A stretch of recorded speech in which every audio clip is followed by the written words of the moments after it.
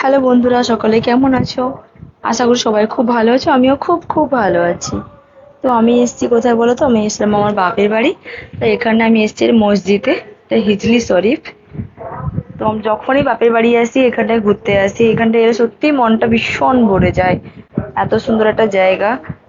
তো কারা কারা এখানটায় এসো একটু কমেন্ট করে জানাও। তো আমি যখনই এসেছিলাম এখানটা সবাই নামাজ পড়ছিল। এই সময়টা সত্যি ভীষণ একটা ভাগ্যের ব্যাপার। ওই দেখতে থাকো, এখানটা দেখতে পাচ্ছ, এই বাবা সাহেব।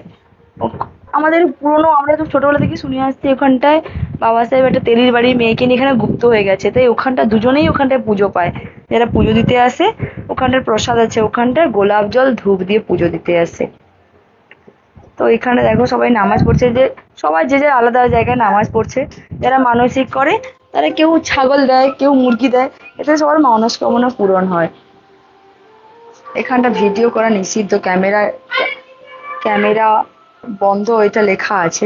তাও আমি একটু লুকিয়ে ক্যামেরা করলাম তোমাদের দেখানোর জন্য। তো দেখো, এখানে সবাই, আমি ক্যামেরা করছিলাম, সবাই বলছে কেন ক্যামেরা করছো, বন্ধ করো। এটাই বলছিল। তো আর এখানে আরেকটা জিনিস আছে, এটা বাবা সাহেবের লাঠি।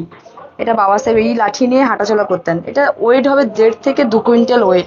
কেউ যদি বলে এই লাঠি এটা সামান্য, এটা আমি তুলে নেবো, কোনো দিনও পারবে না।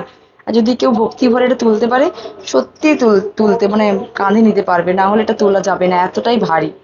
তো ওটা কেউ 2 বার, 4 বার, 5 বার, কেউ 3 বার এটা নিয়ে ফের দিতে হয়, যাতে সবার মনস্কামনা পূরণ হয়। তো কারা কারা এখানে এসছো একটু আমাকে কমেন্ট করে জানাও, আর কেমন লাগলো প্লিজ একটু জানিও। আশা করি ভালো লাগবে। টাটা।